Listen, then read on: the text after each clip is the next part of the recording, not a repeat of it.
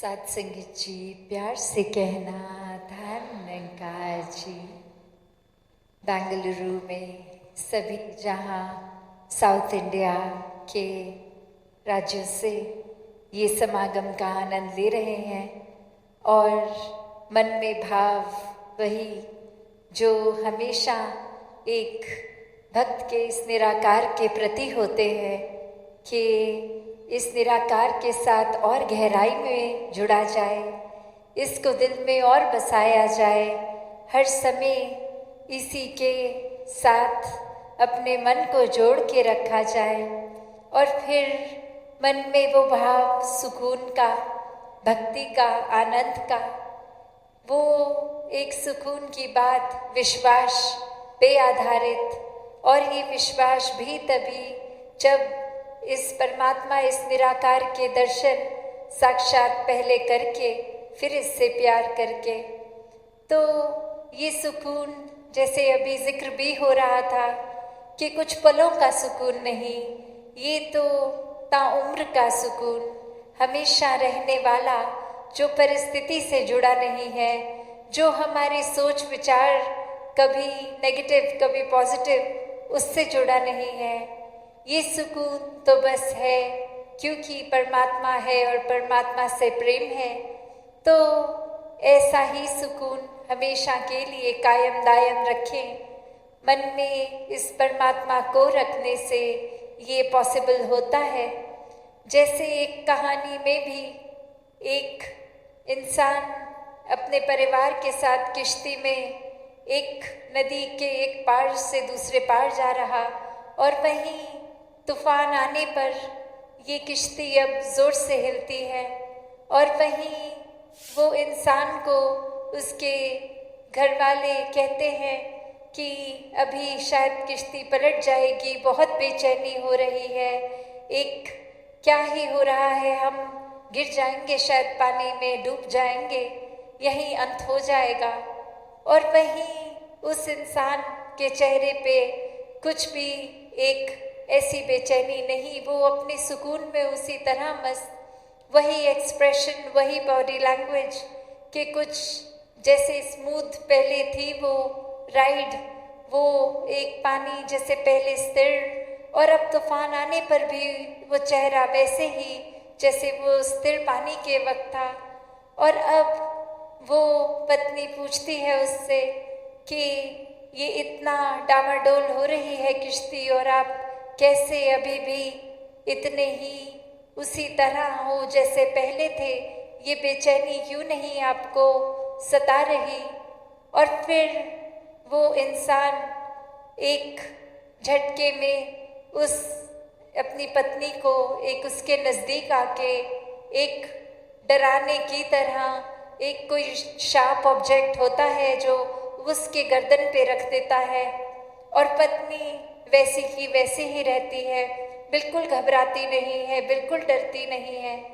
और फिर वो इंसान पूछता है कि ये जो चाबुक था, ये धार वाला तलवार जैसा चाकू, ये आपकी गर्दन पे रख दिया तो आप डरे क्यों नहीं? तो वो पत्नी कहती है, आपसे प्रेम ही इतना है, पूरा विश्वास है आप पे कि आप कभी भी मुझे नुकसान नहीं पहुंचाओगे। तो चाहे ये कितना भी तेज धार वाला ये तीखा चाकू था, ये चाहे गर्दन पे रखा भी तो पता था कुछ नुकसान नहीं होगा। और वो इंसान फिर अपनी बात समझाते हुए कि ये किश्ती चाहे स्थिर पानी पे चल रही है या अभी तूफान के वक्त डामाडोल हो रही है, यही तो प्यार इस परमात्मा से है कि कैसा भी ये पानी रखे, कैसी भी परिस्थिति रखे, मन इसके लगन में, इसके प्यार में है तो मन में स्थिरता ही रहेगी, परिस्थितियाँ डराएंगी नहीं, समय के मुताबिक दिल और सोच ख्याल नहीं बदलेगा। तो कैसा एक जो ये प्यार का जिक्र यहाँ कि ये प्यार में विश्वास भी है, सुकून भी है, पेशेंस भी है, और कैसे ये कायम दायम हर समय रहने वाला प्यार है। ये सिर्फ इस वजह से नहीं बदलेगा कि आज पानी स्थिर है और ये कश्ती में बैठे हमें तंग नहीं हो रहे हम, तो ये परमात्मा एक बहुत ही अच्छा है, इसके गुणगान भी हो रहे हैं। और थोड़ी देर में वही किश्ती डूबने लगती है तो परमात्मा को कोसना है, परमात्मा ठीक नहीं कर रहा। नहीं, भक्तों का तो एक नज़रिया, एक माइंडसेट हर समय इस परमात्मा के प्यार में ही रहता है और यही परमात्मा का आसरा लेते हुए हर समय भक्त अपनी भक्ति करते हैं।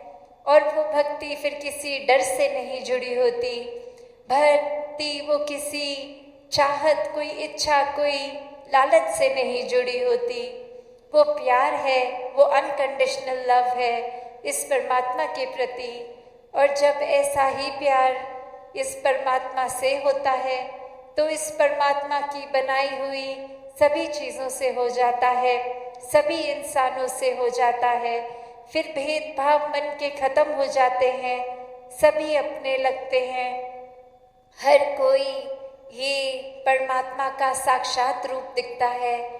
फिर ऊंच नीच, ये कौन सी जगह से बिलोंग करता है कोई, या फिर इनका खाना पीना कैसा है कैसा नहीं, ये किस रंग के हैं, ये कौन सी भाषा बोलते हैं, ऐसे कोई भी ख्याल फिर मन में नफरत नहीं पैदा करते। क्योंकि ये पता है जब परमात्मा ने ही पूरी सृष्टि की रचना की है तो सभी भाषाएं भी एक अपने आप में प्यारी हैं, क्योंकि परमात्मा की ही रचना है। सभी इंसान बहुत ही श्रेष्ठ हैं क्योंकि परमात्मा के ही रचना है। ये चाहे कहीं भी पैदाइश हो, कहीं भी जन्म लिया हो, उससे एक नफरत इस वजह से ऊंच नीच की नहीं आती। सभी एक अपने लगते हैं, सभी से प्यार होता है। तो कैसे ये जीवन में इंसान जहाँ खुद ही ये नफरत के कारण बना देता है, ये परमात्मा ने तो कोई भेदभाव नहीं किया, हर एक को सब कुछ पूरा ही दिया है। हर एक की बेहतरी के लिए जैसा जीवन जीना उसके लिए एक बेहतरी है वैसा ही दिया है। पर ये अपनी सोच, ये कंपैरिजन हर एक के मन में ऐसा आ जाता है कि लगता है हमें जीवन में कम मिला है, औरों को ज़्यादा मिला है। तो ऐसा जीवन तो कभी भी एक मन को सेटिस्फाई नहीं करेगा, एक बेचैनी रहेगी, सुकून से कोसों दूर रहेगा ऐसा मन। तो कैसे वो हम पे है कि हमने जीवन को कैसे जीना है, जैसे भक्तों ने सिखाया वैसा जीवन जीना है, या फिर अपनी छोटी सोच में ही उलझकर अपने जीवन को और कॉम्प्लिकेटेड करना है, ये क्योस को अपना लेना है। जैसे एक और छोटी सी कहानी ध्यान आ रही है कि एक स्कूल में हर एक ने, ऐसे टीचर ने एक बात रखी कि सभी स्टूडेंट्स के गुब्बारों पे नाम लिख दिए जाएंगे, एक गुब्बारे पे एक बच्चे का नाम। और फिर ऐसा करके पूरी क्लास वो गुब्बारों से भर गई और अब 3 मिनट का टाइम दिया गया कि कैसे हर एक ने अपना नाम वाला गुब्बारा अपने हाथ में पकड़ना है। और वो 3 मिनट खत्म हो गए। वो कुछ ही बच्चे थे जिनको अपने नाम का गुब्बारा मिल पाया, उन्होंने पकड़ लिया, पर मेजॉरिटी किसी ने ऐसा नहीं किया, उनको अपने नाम वाला गुब्बारा मिला ही नहीं, वो बलून मिला ही नहीं। और अब फिर से टीचर कहती है कि जिनको मिल भी गए वो भी वापस डाल दो, ये फिर से ट्राई करते हैं। और अब इंस्ट्रक्शंस इस तरह दी गई कि किसी को जिसके नाम का भी वो बलून मिलता है वो उसको पकड़ा दे। और अब फिर वही 3 मिनट का समय, और जिसके नज़र में जो भी गुब्बारा आया उसमें जिस बच्चे का नाम, वो उसके हाथ में। और 3 मिनट से पहले ही हर कोई अपने नाम वाला वो बलून अपने हाथ में पकड़ के खड़ा। तो कैसे जब तक ये माइंड में कियोस था, ये सिर्फ अपनी ही एक मतलब को पूरा करने का था, तब तक ये सुकून भी नहीं था। और अब इस स्थिति में जहाँ वो बच्चों को भी राहत मिल गई, वो एक चैन आ गया कि चाहे हमें खुद अपने नाम का गुब्बारा मिले ना मिले, जिसको भी मिल जाएगा वो हमें दे ही देगा, और ऐसे हमें भी जिसका मिलेगा उसको पकड़ा देंगे। तो यहाँ ये मन सुकून में, तो कैसे अक्सर दिमाग की ये हमारी ही सोच, ये हम अपने आप को ही ऐसे अपनी सोच में उलझा लेते हैं। कोई भी काम जो बहुत सहजता से, बहुत सिंपली, बहुत पेशेंटली, बहुत ही सुकून से किया जा सकता है, उसको इतना कॉम्प्लिकेट कर लेते हैं कि फिर वो माइंड इतना क्योटिक हो जाता है, हम अपने अंदर की स्थिरता खो देते हैं। तो ब्रह्म ज्ञान एक ऐसा स्थिर से जुड़ाने वाला टूल, इस निराकार, इस परमात्मा से जोड़ने वाला, कि जब एक बार मन इस निराकार से जुड़ गया तो फिर ये कभी बेचैनी लौट के नहीं आती। हर समय का वो आनंद, वो स्थिरता, वो सुकून जीवन के अंदर। फिर एक हमारा अगर थोड़ी देर के लिए भी मन डामाडोल होता है, फिर ये चेतनता, ये एहसास वापस दिल दिमाग को इस परमात्मा की ओर ही जोड़ता है कि ऐसे इस मटीरियलिस्टिक लाइफ ने ये एस्पेक्ट्स जितने भी हैं, सबने बदलते रहना है। आज है, कल नहीं है। आज कोई रूप है, कल कोई और रूप होगा। तो इसने तो एक फॉरएवर के लिए कांस्टेंट नहीं रहना।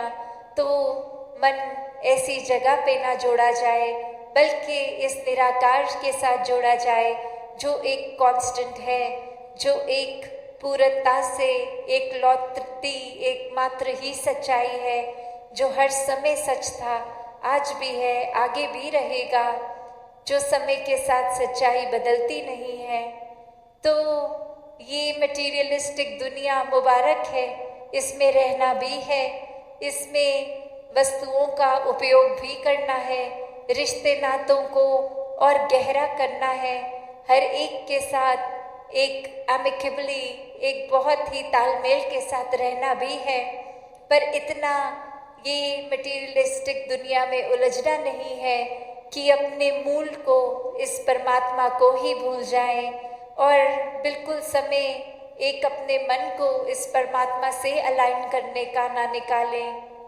तो ऐसी ही शिक्षा कर्म रूप में और अपने वचनों द्वारा भक्त हर समय समझाते हैं कि जीवन में मन स्थिर कर लो तो सब कुछ मिल जाता है, सुकून मिल जाता है।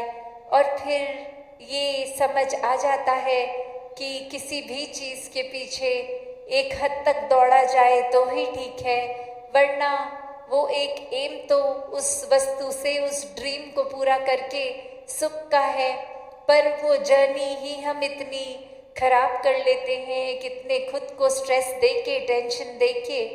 तो कैसे सहजता पूर्वक इस निराकार के ऊपर ही छोड़कर कि एक एफर्ट हमने किया, पर वो एंड रिजल्ट मिले ना मिले, उससे अपने मन का चैन नहीं जोड़ना।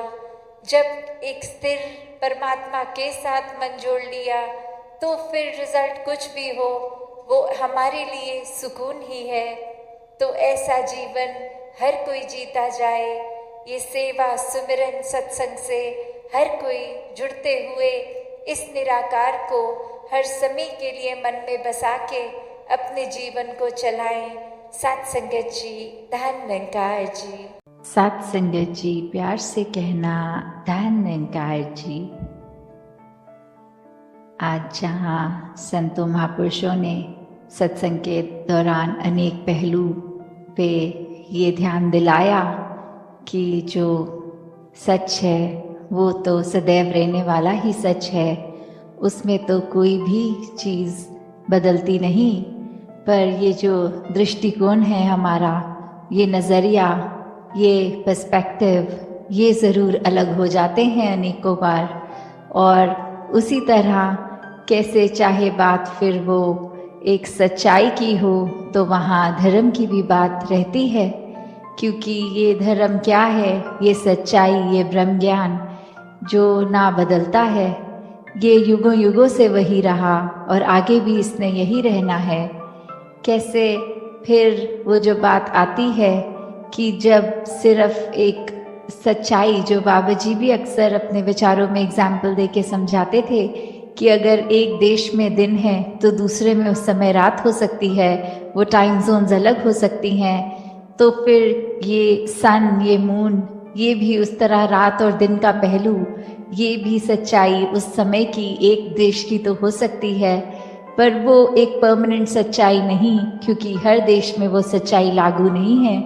तो ऐसी फिर ये कौन सी सच्चाई है जो ये हमेशा हर समय किसी भी एक सिचुएशन में, एक जगह पे, जो ना समय से बंधी है, किसी भी तरह पे हमेशा कायम दायम रहने वाली ये सच्चाई, ये निराकार, ये परमात्मा जो कभी बदलता नहीं, कभी ढलता नहीं।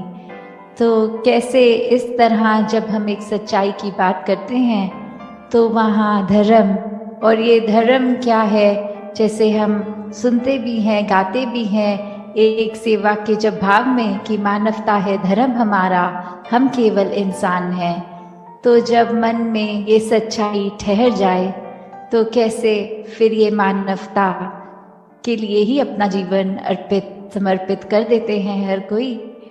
तो जब ये भी बात आती है कि इस निराकार के दर्शन हो गए, ये इसकी पहचान हो गई, when we realized God, तो फिर अपने आप ही हमारा एक नज़रिया भी नया हो जाता है। वो एक समझ एक ढल जाती, एक दिमाग में चीज़ बैठ जाती है कि कैसे हम हमेशा इस ही परमात्मा का ही अंश रहेंगे, चाहे इस शरीर के अंदर हो या ये मृत्यु होने के बाद, ये शरीर खत्म हो जाने के बाद इसमें मिलना है। तो कैसे हमने जहाँ अपने ऊपर एक खुद को कैसे पूरे लाइफ में कंडक्ट करना है, अपनी सोच को कैसे मानवीय गुणों में ढालते हुए खुद को संवारना है। और वही बात फिर अगर एक पर्सपेक्टिव की होती है तो कैसे एक चीज़ अगर हम देखें, वो अक्सर हमें हमारे मुताबिक अगर ठीक लगती है तो वो हम उसको सही डिक्लेयर कर देते हैं। और अगर एक कॉन्वर्सेशन भी कर रहे हो, किसी से बात भी कर रहे हो, और दूसरा अगर उसी में कोई फ़र्क अलग सी बात करे कि बोले कि आप जो कह रहे हैं वो आपके पॉइंट ऑफ व्यू से ठीक है, पर अकॉर्डिंग टू मी, मेरे अनुसार ऐसा होना चाहिए, और वो अपनी बात को किसी और ढंग से फिर एक नए एंगल से पेश करते हैं, तो कैसे फिर एक मन वही हमारा व्याकुल कि किसी तरह बस हम ये अब प्रूव करें कि हमारी बात, हमारा नज़रिया ही इम्पॉर्टेंट है, दूसरे का नहीं। जो तो समझ जाते हैं कि दूसरे की भी बात उतनी इम्पॉर्टेंट, उनका नज़रिया भी, तो वो तो आराम से एक बात को भी फिर भक्ति बना लेते हैं, उसमें भी परमात्मा का अंश देखकर, फिर इस सच्चाई से जुड़कर, इस परमात्मा से जुड़कर अपने आप को आगे चला लेते हैं। पर वही जो वाद विवाद की बात आती है, फिर कैसे फिर एक अपने आप को इस्टेब्लिश करने में ही ये इंसान जब लग जाता है कि अब मुंह से तो बात बोल दी है, अप्रूव करके भी दिखाएंगे, तो फिर वो बात सिर्फ एक नज़रिए, एक पर्सपेक्टिव की नहीं आ जाती, वहाँ आ जाता है अहंकार, वहाँ आ जाता है स्वयं को श्रेष्ठ कैसे साबित करना, फिर वो एक प्रूफ करने तक ही बात रह जाती है। तो फिर अगर अच्छा वक्ता होगा कोई, वो तो फिर हर हाल अपने आप का अपना नज़रिया ही सही साबित कर देगा।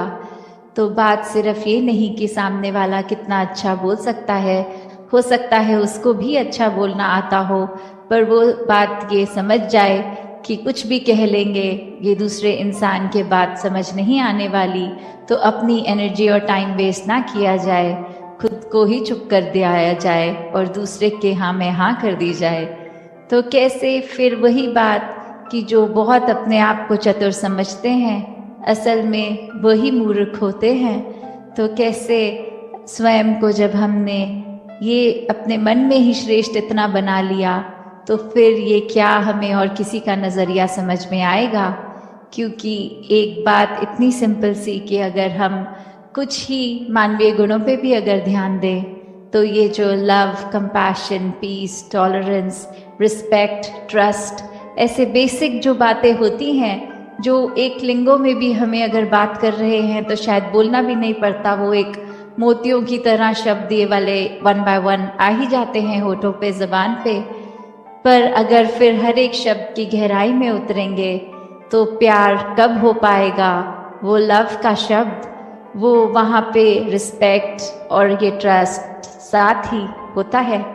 तो कैसे अगर हम ये कहें कि किसी एक व्यक्ति से या परमात्मा से हम प्यार करते हैं, पर हम उनको ना उनकी इज्जत करते हैं, ना उनको ट्रस्ट करते हैं, तो फिर क्या वो प्यार प्यार है? फिर वो नहीं रहता ऐसा। और वहीं अगर दूसरा पहलू भी देखें कि अगर हम किसी की इज्जत करते हैं, क्या उसके लिए हमारे मन में हमदर्दी नहीं होगी? क्या उस इंसान के प्रति एक हमारे मन में हमेशा ऐसी इच्छा कि हमेशा उसके ऊपर ही भरोसा करने का ये अंदर से दिल करता है?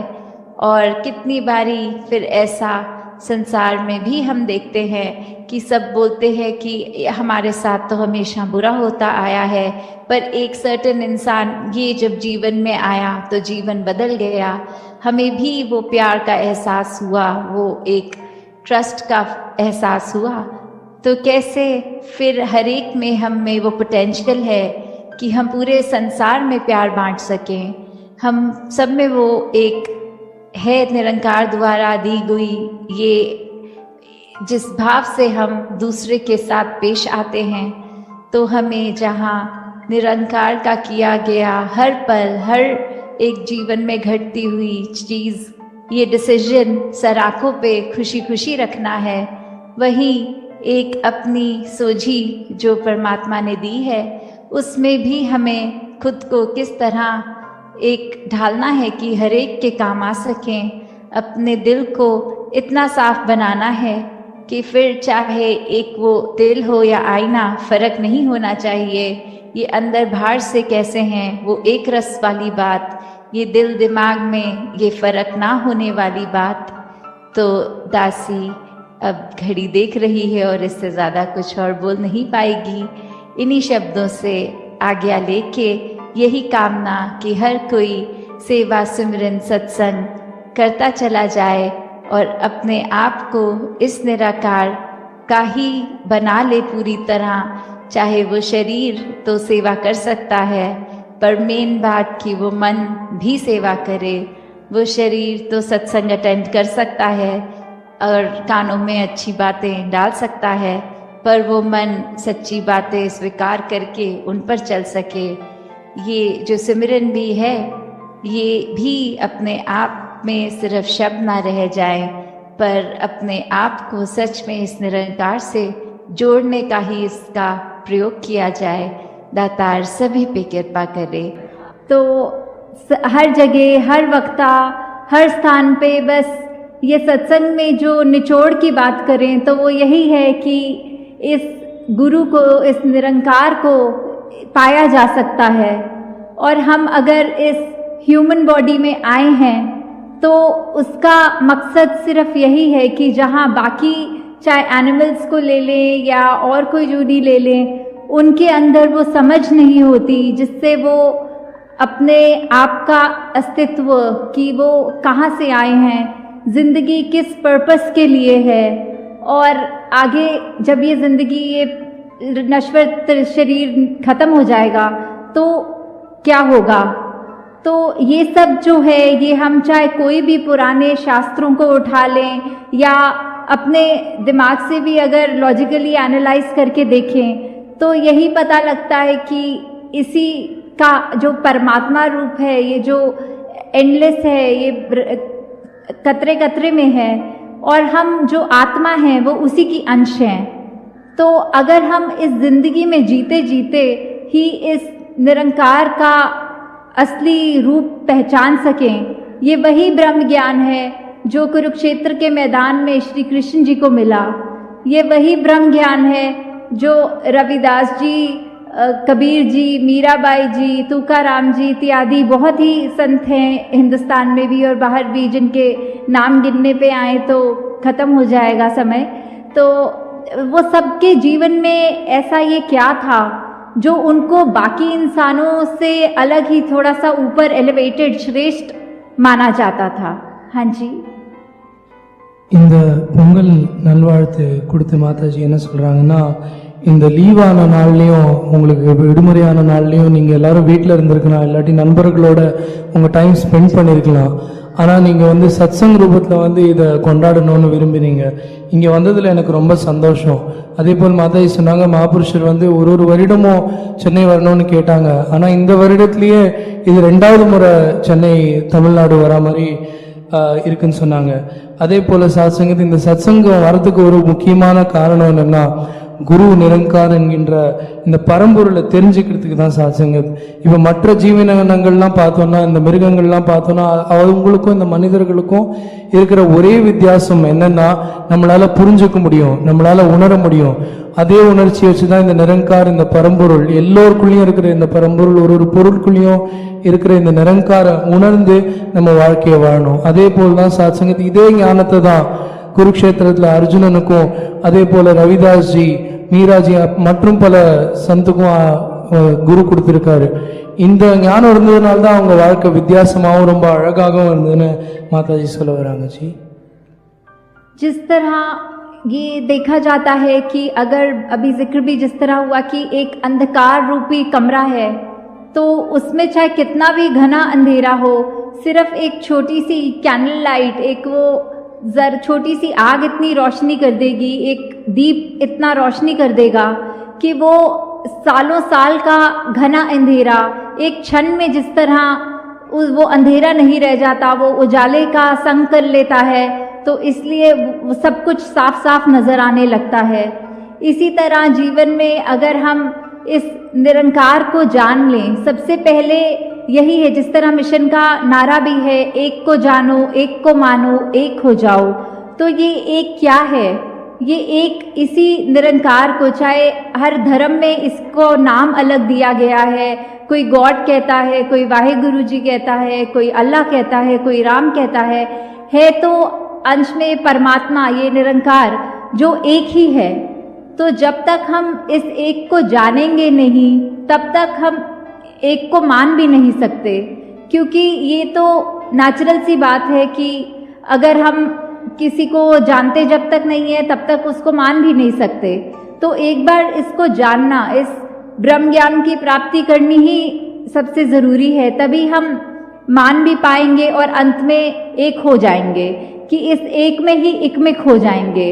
और अगर इसको उस रूप में भी देखें कि जीते जी भी अगर हम इस एक निरंकार को मानते हैं और ये हमें पता है कि हम सब आपस में, चाहे शरीर कोई भी रंग का है, चाहे रहते कोई भी स्टेट में है, या फिर कोई खाना पहनावा, ये सब तो अलग हो सकता है, पर हम अल्टीमेटली उस एक से ही निकले हैं और हम एक भाईचारे रूप में इस एक होकर भी तभी रह सकते हैं। तो ये दोनों लेवल्स पे अगर ये बात देखी जाए कि एक को जानकर ही हम एक को मान सकते हैं और फिर एक हो सकते हैं।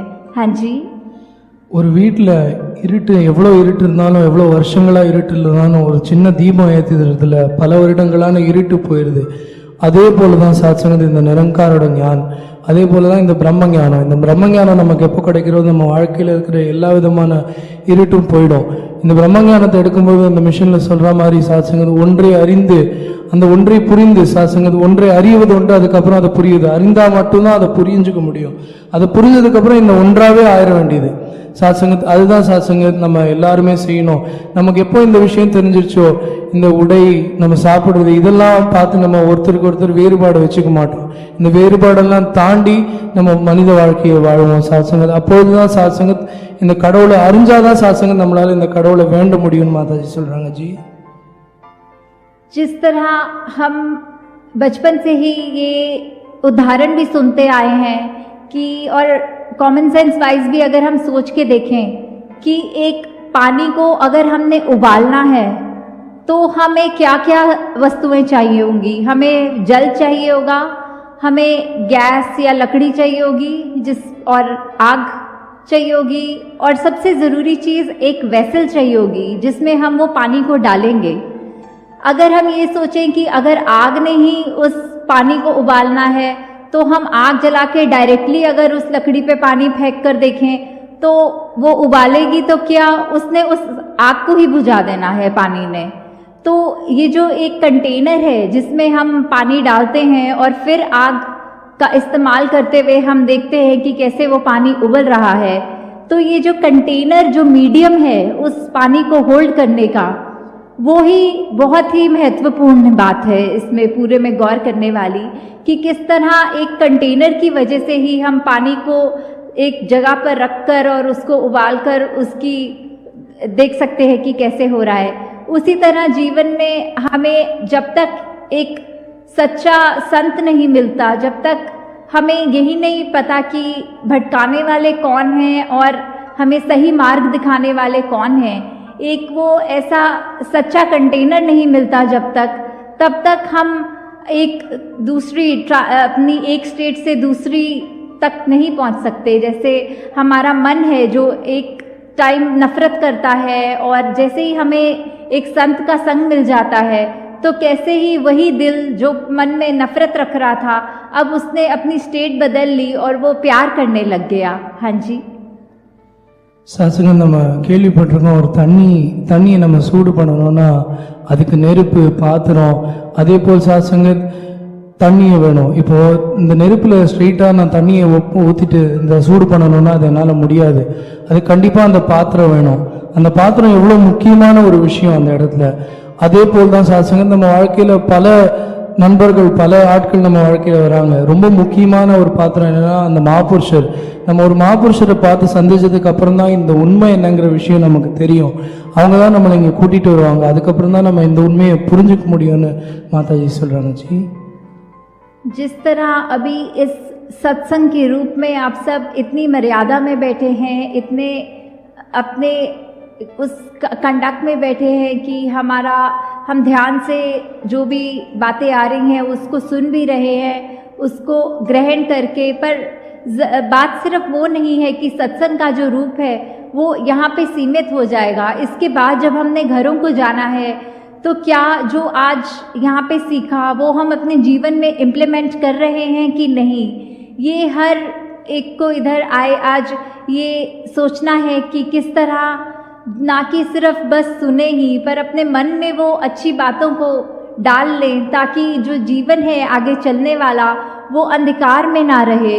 जिस तरह कहा भी है कि तिमिर गयो रवि देखते, कि किस तरह जैसे ही एक सूरज आता है तो अंधेरा चला जाता है। वही बात जैसे दासी कुछ देर पहले भी इसी टॉपिक पे बात कर रहे थे कि ये ऐसे ही होता है जब यहाँ आकर संतों की इतनी इनलाइटेंड बातें सुनते हैं, उनको अपने मन में बसाते हैं, तो जीवन भी हम निरंकार की कृपा से ऐसा ही अपना कायम करें कि हर कोई हमारे जीवन में इस तरह ये स्पार्क देखे और बोले कि इस व्यक्ति का जीवन बाकियों के जीवन से अलग क्यों है। तो निरंकार कृपा करे कि आप सबको जिस तरह ये दर मिला है आप सब अपने जीवन में औरों को भी उस तरह प्रभावित करें कि किस तरह हम नैरो माइंडेडनेस को छोड़ के एक ब्रॉडर विजन रखें, हर चीज़ में विशालता रहे, नम्रता रहे, और ये गुण जो भी हम शुरू से सुनते हैं बचपन से कि ह्यूमन वैल्यूज़ जो एक होनी चाहिए, जो जिसकी वजह से ही एक इंसान को इंसान कहा जाता है। इंसान हम हैं इस शरीर में, तो सिर्फ ये ही नहीं है हमारी पैरामीटर कि हम क्योंकि 2 आँखें, 1 नाक और ये ऐसा आकार है तो इसीलिए ही हम इंसान नहीं हैं। अगर इंसान है तो वही बात मनुर्भव कि मनुष्य बनो, कि इंसान के शरीर में भी आके अगर इंसान बनने को बोला जा रहा है तो वो वही बात है कि वो जो ह्यूमन क्वालिटीज़ हैं जिसकी वजह से एक इंसान को इंसान असल रूप में कहा जाता है, वो सब हम अपने जीवन में डे टू डे लाइफ में वो क्वालिटीज़ रखें ताकि हम सच में ये बात ना ही सिर्फ अपने तक रख सके बल्कि जो भी हमारे कांटेक्ट में आए उस तक ये रख सके। हाँ जी। சாத்சங்கத் இந்த ஒரு சின்ன விஷயம் என்னென்னா, இந்த உலகத்தில் சாத்சங்கத் எந்த ஒரு விஷயங்கள் நடந்தாலும் சாத்சங்கத் அது நல்லெண்ணத்தோடு நடக்கணும். அதே போல் சாத்சங்கத் இங்கே வந்து நம்ம சத்சங்கில் உட்காந்து இந்த நல்லெண்ணங்களை கேட்டால் மட்டும் போகாது. இந்த சாத்சங்கத் இங்கே மட்டும் ஆனந்தம் எடுத்தால் போகாது. நம்ம வீட்டுக்கு போய் சாத்சங்கத் நம்மளோட பழகிறவங்க கிட்ட நம்ம அந்த அன்போடையும் அந்த பாசத்தோடையும் பழகணும்னு மாதாஜி சொல்கிறாங்க. ஏன்னா சாத்சங்கத் மனிதனோட வாழ்க்கை வந்து அவன் மனுஷன் எப்போ கூறப்படுறானோ அவன்கிட்ட அந்த மனித தன்மைகள், அன்பு, பாசம், பணிவு இதெல்லாம் இருக்கும்போது தான் அவன் மனிதன்னு கூறப்படுறது. இல்லைன்னா அவனை மனிதனாயும் மனிதன்னு கூறப்படுறது கிடையாது. அதனால இந்த விஷயங்களை நம்ம கிட்ட இருக்கிறவங்க, நம்ம ஃபேமிலியில் இருக்கிறவங்க எல்லாருக்கூடையும் நம்ம வந்து அன்போடையும் பாசத்தோடையும் பணிவோடையும் நடந்துக்கணும்.